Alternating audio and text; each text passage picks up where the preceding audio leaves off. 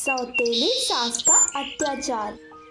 Hello दोस्तों, आज जो मैं आपको कहानी सुनाने जा रही हूँ, ये कहानी है सौतेली सास के अत्याचार की कहानी।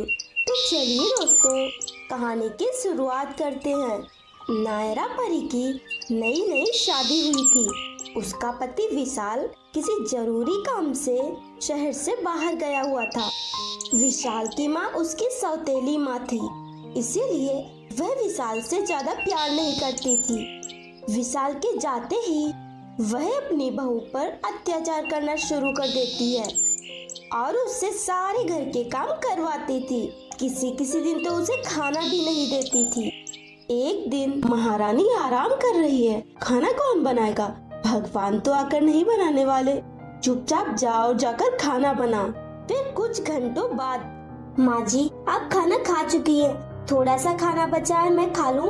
जब तक मैं नहीं कहूँगी तो खाने को हाथ तक नहीं लगाएगी। पर माँ जी, मैंने सुबह से कुछ भी नहीं खाया है और शाम हो गई है। एक बार में समझ नहीं आ रहा, मैंने एक बार कहा ना, अगर ज्यादा मेरे पीछे पड़ी तो सीधा 10 दिन का खाना बंद कर दूंगी। समझ में आया? मैं अभी 2 घंटे के लिए सोने के लिए जा रही हूँ, मुझे डिस्टर्ब मत करना, और खाना चुरा कर खाने के बारे में तो सोचना भी मत। समझ में आया?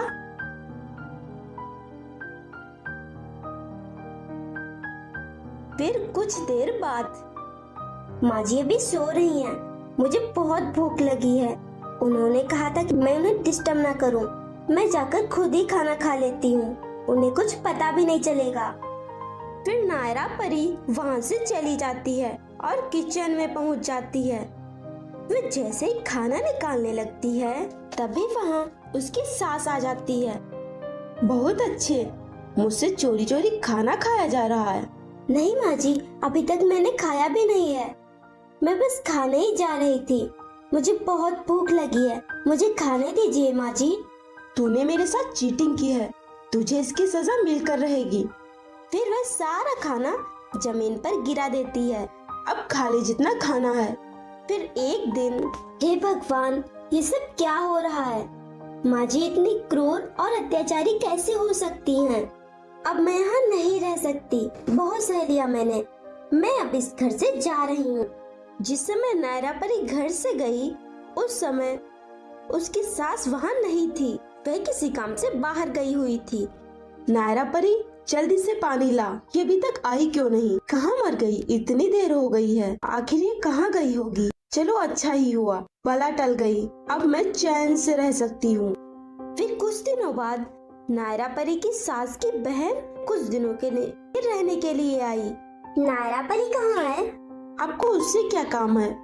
अब तो मेरे लिए आई है ना। हाँ, पर वो है कहाँ? वो घर छोड़कर चली गई है। ये तुम क्या कह रही हो? मैंने तो उसे घर से नहीं निकाला है ना, वो अपने मन से ही गई है। मैं नायरा परी को अच्छी तरीके से जानती हूँ, वो अपने मन से ही और खुशी से नहीं जाएगी। तूने उसे जाने पर मजबूर किया है ना, तू भी अब कभी भी खुश नहीं रहेगी। क्या गलती की थी उसने? सारा घर का काम भी करती थी और साथ में खाना बनाने से लेकर कपड़े धोने तक सारा काम तो वही करती थी, फिर तुझे उससे क्या प्रॉब्लम थी?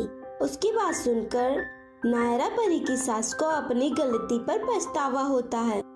मुझे माफ कर दीजिए, चलिए हम अभी उसे ढूंढ कर लाते हैं। अब कुछ नहीं हो सकता, क्योंकि वह अब यह दुनिया छोड़कर जा चुकी है। उसे अपने किए पर बहुत ही पछतावा होता है, पर अब कुछ नहीं हो सकता था। अगर आपको ये कहानी अच्छी लगी है तो हमारे वीडियो को लाइक करें और हमारे चैनल को सब्सक्राइब भी कर लें।